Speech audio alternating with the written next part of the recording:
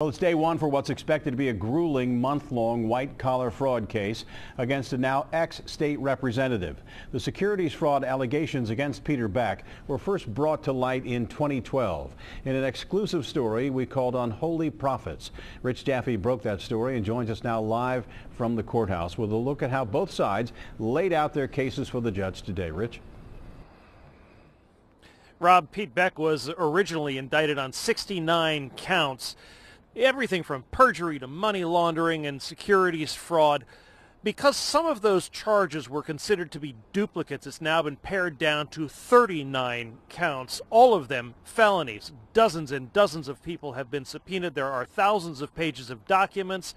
4 weeks have been set aside. It is going to be a long trial. While there are multiple other indicted co-conspirators in this case, the Assistant Attorney General prosecuting told the judge in no uncertain terms, this case is about Pete Beck. Especially so since all the rest of the conspirators have accepted or are accepting plea deals to testify against Beck. In his opening, the prosecutor explained for an hour and a half how Beck knew what was happening with the insolvent companies from the top down. He even solicited investors and went to Europe to help close a deal that never happened. In the meantime, investors lost millions. Assistant AG Caceres saying Beck was tripping over his own guilt. And Your Honor, the evidence in this case will show you that what this case is about. This case is about lies, it's about deception, and it's about other nefarious behavior that resulted in this defendant and his associates stealing a few $1 million from trusting investors. And you're going to see how the state bought in. First, these folks pursued a civil case against Mr. Beck. Then they talked to state investigators to collect information for their civil case. Then the state decided to take the investigation on and prosecute.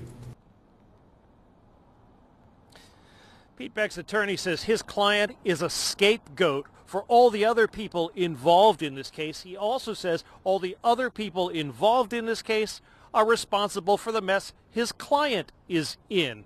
And 2 of those people responsible would have been prime witnesses. They're both dead. Some of the other people will begin testifying tomorrow. At the Hamilton County Courthouse, Rich Jaffe, Local 12 News. Rob? Rich, do you know if Mr. Beck was provided the opportunity of a plea deal? And I don't see a jury. Is this a bench trial?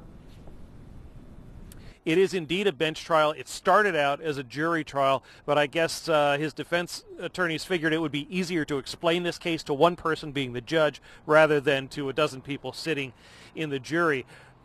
In regards to a plea deal, I'm not sure there was ever a plea deal on the table for Beck in the course of all of this, because as everybody else fell in line, the Attorney General's sights were pretty much set on Beck, and it got to a point pretty quickly that they didn't have to offer a plea deal to Beck for anything because everybody else folded and agreed to testify against him. So that's the case we're going to see.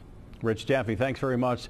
We do know that the last of Beck's business partners to accept a plea agreement in exchange for testimony is Vernon Chip DeMoy. He's expected in court to plead to a single charge on Wednesday.